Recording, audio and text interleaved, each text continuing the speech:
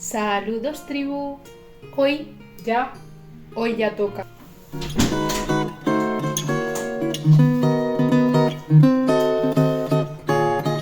Empieza ya oficialmente la Navidad. Saludos, tribu. Hoy vamos a hablar de un tema que creo que os va a gustar. Os voy a hablar de 5 juegos de mesa, algunos de los cuales han sobrevivido con algunos cambios hasta hoy en día, y otros de los que hasta no sabemos las reglas, pero son igualmente interesantes. Y esperaros al final del vídeo, a los últimos minutos del vídeo, porque hoy tenemos también un invitado muy especial que nos va a contar uno de estos juegos.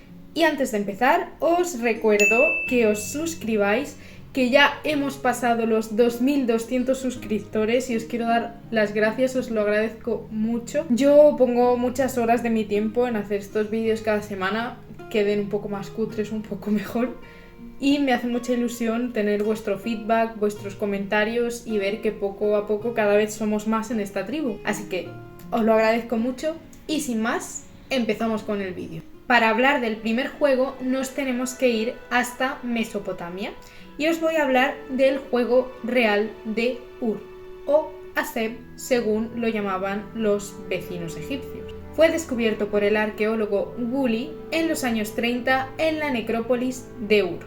Este tipo de tableros han aparecido en otros lugares de Oriente Próximo, por lo que posiblemente fuera un juego bastante popular, especialmente entre las élites por los costes de producción de ese tipo de tableros, aunque también podrían existir, no se han encontrado que yo sepa, versiones en materiales perecederos que utilizaran las clases más bajas. De este juego existe una versión en el Antiguo Egipto, aunque lo correcto sería decir que este es una versión del Antiguo Egipto, pues las dataciones apuntan a que el egipcio sería unos 1000 años anterior. Y aún así no es el primero. Este vendría a su vez de otros juegos de mesa del África Occidental llamados Oware. Actualmente el ejemplar encontrado en Ur se encuentra en el British Museum de Londres. Para hablar del segundo juego nos tenemos que ir a Egipto, a conocer el antecesor del juego de Ur, que en Egipto recibe el nombre de Senet. 4 tableros de Senet fueron hallados por Carter, ya sabéis, en 1922, y si no, miraros el vídeo de hace 2 semanas, os lo dejo por aquí. Fueron encontrados 4 tableros en la tumba de Tutankamón, pero no solo en ella, también apareció uno de mucha calidad en la tumba de Deir el-Medina, que ocupaban el arquitecto K y su esposa Mary, tumba que fue descubierta por Schiaparelli en 1906. Este ejemplar, concretamente el de la tumba de K y Mary, está en el Museo Egipcio de Turín. Y otra curiosidad es que en las pinturas de esta tumba se observa a esta pareja de esposos jugando juntos al Senet. En este caso, los tableros incorporan cajas o cajoncitos para poder recoger las piezas, que tenían una forma diferente para cada uno de los dos oponentes. Podríamos decir que tanto el juego de Ur como este Senet son los antecesores de los actuales parchís o backgammon. Pero lamentablemente tanto del juego de Ur como del Senet no conservamos las reglas por escrito, por lo tanto solo podemos imaginar cuáles serían, no sabemos exactamente cómo se jugaba. Algunos investigadores dicen que no lo sabemos porque eran juegos tan populares y las reglas tan conocidas que no vieron la necesidad de ponerlas por escrito. Otros añaden también que el Senet, el juego egipcio, podría tener alguna relación, más allá de sus aspectos lúdicos, con los viajes al inframundo, o sea, tener un sentido espiritual además de lúdico. El tercer juego lo vamos a encontrar en Roma. Efectivamente, los romanos eran grandes viciosos de muchas cosas, pero también de los juegos de azar. Hasta tal punto que durante ciertas épocas se tuvo que prohibir el uso de ciertos juegos. De los juegos más populares en el Imperio Romano fueron los juegos de azar con dados, a los que llamaban tesserae, aunque también se usaban bastante las tabas. Pero os voy a hablar de un juego más concreto, el juego de las 12 líneas o la trúnculi, que sería un antecesor también del backgammon que conocemos hoy en día. Requería de un tablero, pero también podían entrar en juego los dados y las tabas para tirar y mover las fichas. Y sobre todo, a los romanos les gustaba jugar a juegos de azar para apostar dinero.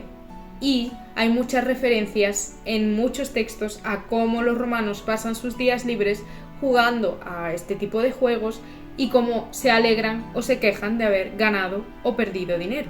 El origen del cuarto juego lo vamos a encontrar en la India y se llama Charatunga. No os suena, ¿verdad?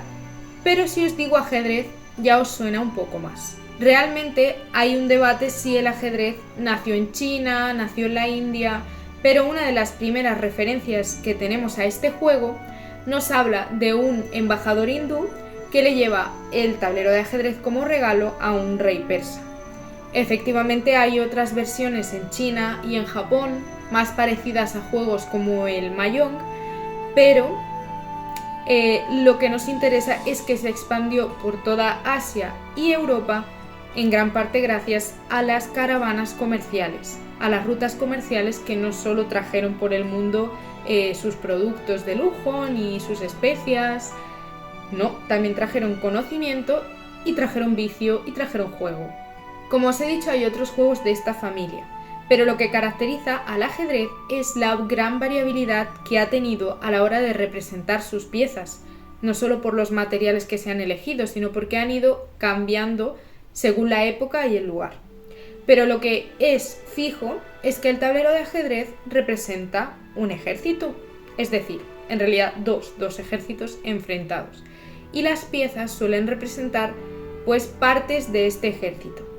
Los peones siempre han sido la infantería, los caballos la caballería, en su momento los alfiles fueron elefantes, ahí cuando todavía se iba a la guerra con elefantes, y las torres solían ser los carros. Y luego, por supuesto, tenemos al rey y a la reina o la dama.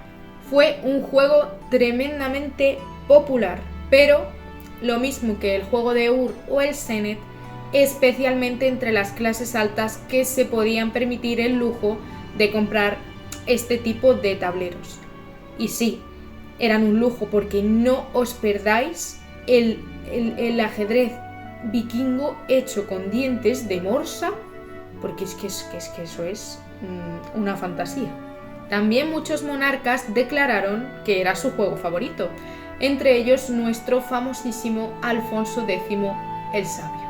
Y para presentaros el quinto juego solo para vosotros y en exclusiva, va a estar hoy aquí José Carlos Coria, doctor en Historia, opositor y desde luego el friki más grande que conozco, por eso se merece un espacio en este vídeo. Os dejo con él para que descubráis el origen de las cartas, de los naipes. Hola, ¿qué tal a todos? Bueno, pues muchas gracias a Danan por invitarme al canal. Puede parecer que los juegos de cartas son muy antiguos, pero en realidad no lo son tanto. Hay varias teorías, pero en general los investigadores coinciden en que los juegos de naipes se inventaron en China en el siglo XII. Fue tal su éxito que rápidamente se expandieron por todo el mundo, sobre todo a través del ámbito musulmán. Ya en la Baja Edad Media los naipes en Europa están ampliamente extendidos, hasta tal punto que en la península ibérica tenemos una referencia de 1310 en la que en Barcelona se prohíbe su utilización. De hecho, años más tarde, en 1332, el propio rey Alfonso IX prohíbe su utilización por parte de sus caballeros. Sin embargo, el ejemplar más antiguo data de 1490. Las normas de la baraja española han ido variando con el tiempo, pero los elementos principales sí que ya estaban presentes, es decir, bastos, sotas, caballos, reyes, etc. Al contrario que otros juegos mencionados anteriormente, el juego de naipes se hizo extremadamente popular. Todas las clases, ya sean nobles o populares, tenían acceso a este juego. Por lo tanto, se dio lugar a una enorme variedad de tipos de barajas, tanto en materiales como en el arte que representaban. Esto hizo que brillara con luz propia el oficio de pintor naipero. Uno de los ejemplares más impresionantes es una baraja orientalizante pintada sobre papel en el siglo XV, que actualmente se puede ver en el Museo Fournier de Álava. Otro dato importante, la etimología. Naipe viene de la palabra árabe naif, que significa figura. Actualmente el juego de cartas podría ser algo... Oh, bomba atómica. así, Ladrón. o así, Isabel la Católica. demonio, o así. Por todo mi maná, Eowyn negra.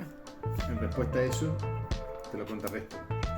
Bueno, y actualmente no sabemos muy bien cuando decimos que vamos a echar unas cartas, porque en realidad hay tantos juegos y tantas modalidades y tantas opciones que en realidad podemos jugar a un juego de cartas coleccionables, a un juego multijugador, etcétera, etcétera. Muchas gracias por tu aportación al vídeo, José. Ha sido un honor tenerte aquí. Y en cuanto a vosotros, me tengo que despedir. Ha acabado ya el vídeo de esta semana. Os dejo en la descripción los enlaces a algunos artículos de National Geographic de los que he tomado algunas imágenes y con información súper interesante de los juegos de los que hemos hablado hoy. Así que pasaros por ahí y echadles un vistazo. Os pongo la canción de IA de esta semana y me despido. La semana que viene, ya para ponernos en mood invernal, vamos con un vídeo de cocina, pero no uno cualquiera, que se acerca a Saturnalia. Habrá que hacer un poquito de recetas romanas. Hasta la semana que viene, tribu. Ah, por cierto, dejadnos en los comentarios cuál de estos juegos os gustaría tener en Navidad. Yo me pido el Senet.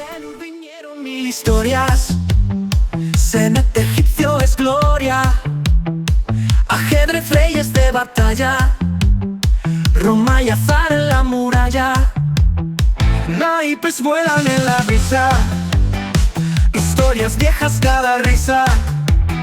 Somos frikis, siempre fuimos, en juegos viejos nos perdimos.